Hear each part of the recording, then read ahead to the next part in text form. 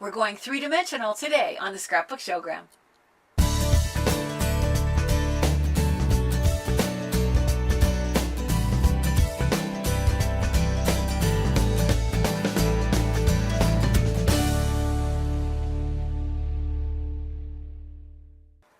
Hi, I'm Sandi Genovese and welcome to the Scrapbook Showgram. Well, we are going dimensional today. If you look here, it looks kind of like an ordinary card or maybe even a little mini book, but when I open the front cover, you can see that inside each page, it's like a little miniature diorama, and it features beach photos and beach embellishments. The real fun part is when you take the front cover and you pull it all the way around until it connects to the back cover. I'll turn this so you can see. The back cover is where I've housed a couple of paper clips, and I do that so that when I bring the front cover around, all I have to do is use these clips to hold the front and the back together, and it gives you this just marvelous display so that when you look at each of the 5 panels, it's a new little photo diorama, and it's just a really great way to feature summer photos, especially in this case they're at the beach and they're swimming and they're moving and it's active, and when you cut around the subject and you feature them this way, it really looks kind of animated. This construction, this style of construction, it's called a 5-pointed star book, and that's because when you look at it from the top, you can see that it actually looks like a 5-pointed star. There's 5 panels that make this up, but each of the panels are constructed the same. So let me show you how this actually works. Notice first, there's hardly any embellishment on the cover. That's because it's not really going to show. It labels what's going on, that these are photos from Laguna Beach, but otherwise, because it's going to connect to the back, I don't want anything that's going to stick out and dimensional, because it's going to lie flat and connect like so. So my cover is not very involved, but each one of these individual panels are created the same. What I did is I started first with a 6-inch square. So this is 6 inches on the outside, and then I cut a large window out of it. I happen to just have straight cuts, but this could be a shape if you wanted it to be as well. It could be a circle window. It could be whatever way that you want to create a window to look inside. So this is a 6-inch square. The next layer is the beach, so it's sand. The layer after that, waves. And then the final layer, if I move these, you can see it's just the blue sky background. Well, the key is that these layers need to be graduated in length. So if you look at this, if I lay them so that one edge is flush, and I'll put the top layer down on top as well, you can see that the first one was 6 inches. The beach is about 1 inch longer. The waves is about another inch plus a little bit taller so that it will show behind the beach. And then the final background is about 1.5 inches longer. So you have 6 inches, roughly 7, roughly 8, and this is roughly 9 or 9.5. I think actually this is 9. So that graduation in length is going to create the arcing. However, you want it to close like a book. So instead of letting it be a loose arc, every one of these layers is actually folded in half. There's a fold right in the half midpoint. All you have to do is make it and then fold it in half to create each of these layers. Let's look at the actual creation, and we'll start with this front. It seems, some people think that it's kind of tricky to cut into the middle a window. Well, if you start with a 6-inch square, and then I've used a pencil to draw, basically I have a 3/4 inch edge on both sides and on the top, and I have a little larger edge, 1 inch on the bottom. You could have the window be smaller, but I think you need at least a 1/2 or a 3/4 inch edge in order to have enough to stick and hold together. So I've drawn with a pencil where I want to cut it. You could use an X-Acto knife and a cutting mat and cut in there, but lots of people have mentioned comments on the site about the difficulty they have with or without a ruler on getting a nice straight edge. If you happen to have, this is a Fiskars, but if you have one of these trimmers, the blade, I don't know, Jim, hopefully you can get in really close and show the blade moves along in this little orange section and it makes perfect straight cuts, and you can do it right inside. When I close this up, I'm going to purposely misalign it. If I hold this up so you can see, my pencil line is right there, and it used to be confusing to know where the blade was going to hit. Well, they got smart, and Fiskars added this little strip. I think it's a wire. And when I slide it along, if you can see, when it's lined up perfectly with my pencil line, now I know that's exactly where that blade is going to cut. Now, where to start cutting, the blade is right behind the finger section on this handle. So here's where I want my first cut to start. I'm going to line up this finger portion with this pencil line so that it's nice and lined up together, and then I just push down. Maybe you'll even hear it. Barely heard it. I'm going to push down and I'm going to cut, and I want this to line up again with the pencil line. I'm purposely going to stop a little short because it's easy enough to lift it and to see, oh, I haven't gone quite far enough. I want to go a little further still. You can hear it cutting. So I can see now I've gone right to that pencil line. I'm going to rotate this and just repeat the process. I'm going to line up the wire so that I can see exactly where I'm cutting. I'm going to line this up with my pencil line, punch it in, and then slide it. It looks like it's fine. I'm going to turn it and repeat it again for the last two sides. Now, as I'm finishing this last final cut, if I've gone right to the edge, oh, I have, it's going to fall out. Every once in a while, there's a little thing that you need to go back in with scissors and trim out, but it cuts beautifully, those nice straight lines. At this point, you would want to go back with your eraser and get rid of any of these pencil lines, because it's just, I find if I wait and try to do it after I've assembled the layers together, it's much more difficult. It's easy to do now. You could make this the back, and then you wouldn't even have to. I should have, if I thought about it, this could be the side that's going to show, and then I wouldn't have even had to erase those pencil lines. That gives you the front. Now, the back, as I mentioned, this started as a 6-inch square. The back is 6 by 9. So I'm going to fold this in half. I'm going to go ahead and I'm going to fold this also in half. And remember, they're all, right now they're not decorated, so the front and the back is the same, but they're all going to be valley folds when the front is facing you. So I've got the first and the last panel done. Now let's look at creating those in-between layers. Let me bring over the steps and we'll look at that. What I did for the sand, once I determined, the length of this, which once again is just roughly 3/4 or an inch longer than my 6-inch front. So I've cut my paper to that size, and then with a pencil I've just drawn roughly, it doesn't need to be precise, what would look like mounds of sand. And then I'm going to go back, and I find that it looks best to tear it. And so I'm using the pencil as a guide, and if my hands are a little bit in the way, as I get to tearing more, I'll try to move it sort of out of the way. Normally it's a little easier because I'm not so worried about the camera and my hands covering. But basically, you're just going to rip it, and I'll let you see. I haven't followed the pencil lines exactly. It doesn't matter. I don't even want to erase it. I'm going to just turn it over. This will be the front, and I have, what looks like sand. And I'll go ahead and I'll fold this one in half with that valley fold. So I've got now the third level. Now the last inside panel are what look like waves, and I just hand drew them on the blue.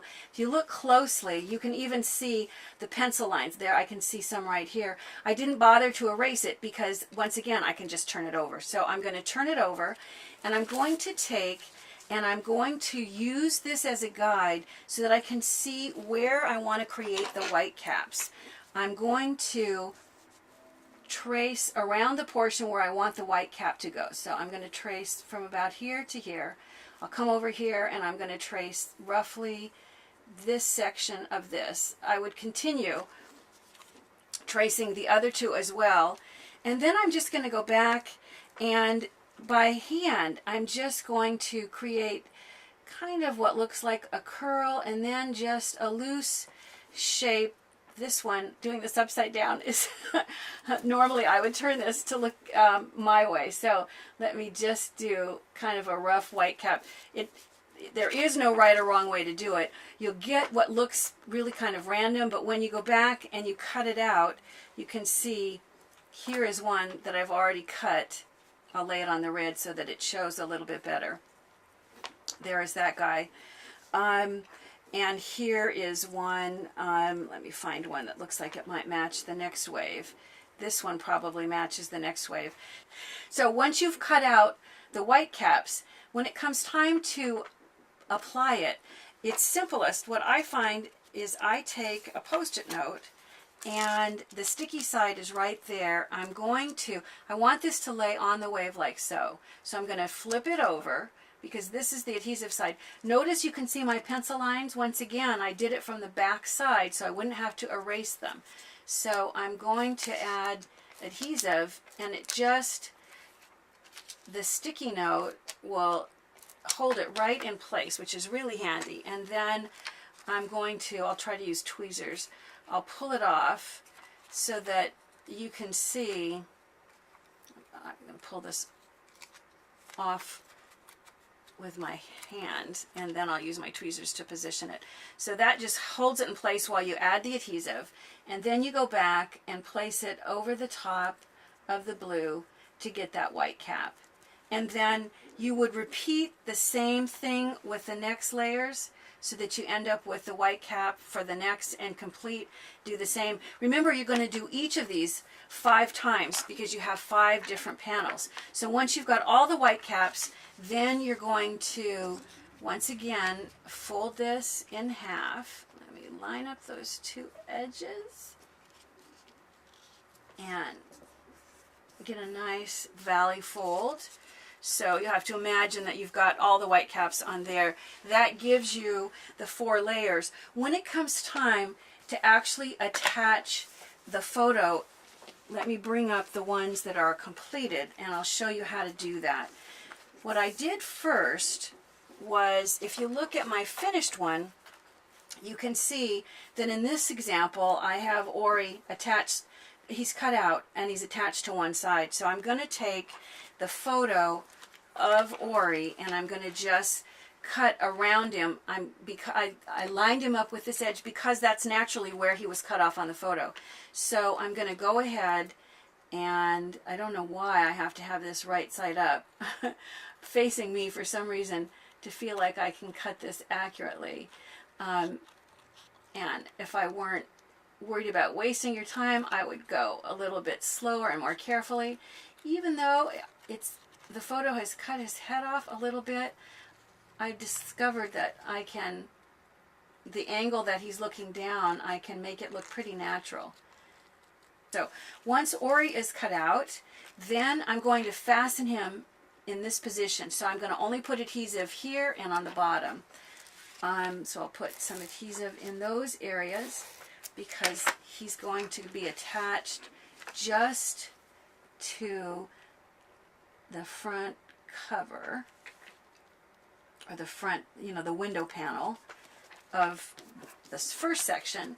When it comes time to add, it's easiest to put the photos before you've attached all these layers together. So I'll move these out of the way. I'm going to go ahead, and I've already laid all my layers together and decided that the best place for this is to go over this seam. Well, if I fold a photo, it wears out the more times you open and close it. It works better to slice it.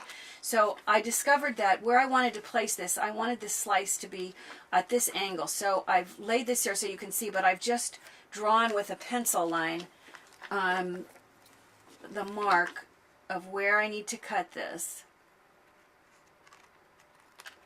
And I'm going to go ahead. I'm not going to put all adhesive. You'd want to put more adhesive than that.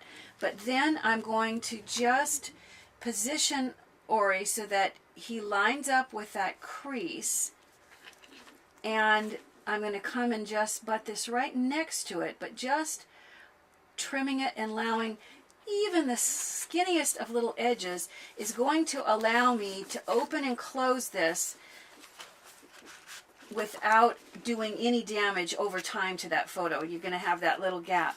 Now it's time to put all the layers together. So when you look at them, they're going to go in this order. So I'm going to start by putting adhesive. Remember, there's no adhesive in the middle, just on the edges. So I'm going to start by putting adhesive behind this panel here. I'll turn it over and place adhesive. You're going to want a little more adhesive than that, but it's going to allow me to position this first layer like so, and I'm only sticking, you know, I've got adhesive all the way up, but I'm only sticking the sand portion. Then I'm going to turn it over and I'm going to put adhesive behind the sand section so that I can add the waves, and I'll line up this layer. I normally would do this flipped over, but this way I think you can see a little more clearly what I'm doing. And then now I'm going to add adhesive behind the wave, once again, just on the edge, so that I can turn it over and attach the back panel. And now it will be all fastened just on the one edge, on the one side. I don't want to put adhesive down the middle. It needs to be able to bow, so that you don't want adhesive, but you do want adhesive on these layers. So what I'm going to do is peel them back one at a time in order to fasten them together. So I'm going to go ahead and put some adhesive, you'd put more than this, on the first edge and close this into place, and then I'll add adhesive to this layer and close over the wave section so that that's attached, and then put more adhesive behind the wave part and close the back panel, and that will give me most of this first element. But if you look at my original, you notice the one thing that's missing is the umbrella. Well, the umbrella is created. You can, if you have a die cut of an umbrella, that would be great. I saw an ad that had the striped, red and white striped, and I thought that looked kind of good. So what I've done is I've drawn what I want the umbrella to be, and I'm going to use this as a pattern to cut them out of red first. I'm going to put a little bit of adhesive where my pattern isn't. I can see lightly through there, so when this cuts out the red, it's not going, the adhesive is going to fall away, but it's going to hold these layers together so that, I realize I'm angling this so that you might not be, but I have to hold it up to the light so that I can see. So now I'm going to go ahead, I've got my pattern on there, but it's stuck outside of the edges, so I'm not getting adhesive on anything I'm going to use. I'm going to go ahead, and remember I'm cutting one, but if you were going to put an umbrella on 3 of the pages like I did, there's no reason that you can't cut all 3 at once. So I'm going to cut the whole umbrella shape, which when I finish it looks like so, and the adhesive is left here. I've got the red and the white. I'm going to use this as this is the underside of the umbrella, this is the top side. I want it to be red and white striped. I'm going to go ahead, and once again I could put several sheets of white paper behind this so that I could be cutting out at least 3 at a time. And I'm going to put a little bit of adhesive on the pencil side so that I don't have to worry about erasing that pencil. And that means I'm going to have to flip this over if I want it to match. So roughly that gives you that umbrella shape. I'm going to trim off where I've got a little bit of excess showing here. And remember my inspiration, these umbrellas had these great stripes. So what I'm going to do, move this out of the way, is I'm going to take just a red pen, and I just did them, you know, going across. So I will, unfortunately that happens to be red too, so it doesn't separate very well. I'll just start at the top and do roughly just a real quick red stripe. It's going to go like so, so that you get the stripe to the umbrella. And then I want to add the pole for the umbrella. I'll add adhesive to just right now the top section, and I'm going to go right up underneath where I just placed that, and I want this to just go underneath and right down the middle, roughly like so. Now, in order to position this into here, I find I kind of mock it up like so. I can see, all right, I want this position so that I'm going to have adhesive only behind this section and then down here. So roughly, I'm going to put adhesive on this section. And remember, because it's removable, I'm going to put adhesive going further down than I probably need it, because I can rub off whatever is the excess. So hopefully I can do this at an angle that you can still see it. I'm going to decide exactly, if you can't see it yet, I'll get it in position and then I'll angle it toward you. So I've got it so that I've got this edge glued down, and then I'm going to position this and go ahead and I'll close it up, which it'll sit flat. And then I'll take and I'll trim off from the back side any of the excess. And if it turns out that there's more adhesive behind here, there isn't. My adhesive went off the back end, but if there were, I could just rub off from the back side what's ever left. So you have this element. What you're going to do then is repeat this 4 more times, adding, of course, different photos. You can add different embellishments. Remember, when you look at mine, I have a palm tree, and you can take, this is a sticker line that I designed for Mrs. Grossman, so I just used this as my inspiration. You can enlarge it in a copier and use that as a pattern to create embellishments. The beach chair that was on the cover could be enlarged, and it could be an embellishment. So that's going to give you all of the elements to create all 5 of these individual little dioramas. Then when it's time to attach them together, you're simply going to take, if this is the first one, I'm going to take and I'm going to place adhesive on the back of this, and I will attach it to, we're going to have to pretend like this is all fully embellished, but if this is the front, I'm going to put adhesive on the back, and I'll just do an X. Of course, you do it solid, much more solid adhesive, and you're going to put the back of one to the front of the next one, and then I would put adhesive here and I would attach the next one, and you just keep attaching this layer, you'd attach the next layer. Of course, it would be all embellished. You keep going until you have all of the layers embellished. And then it's just a simple thing to add the little paper clips to the back panel, which once again is what's going to hold it in place when you pull the front around to the back and clip it together. You get this just fabulous display. You know, closed, it looks like an ordinary card or even a mini book, but opened, it becomes a fabulous photo centerpiece. Remember, I love hearing your comments. If you haven't already subscribed, it'd be great if you did. And be sure to share us with your scrapbooking friends. Bye for now.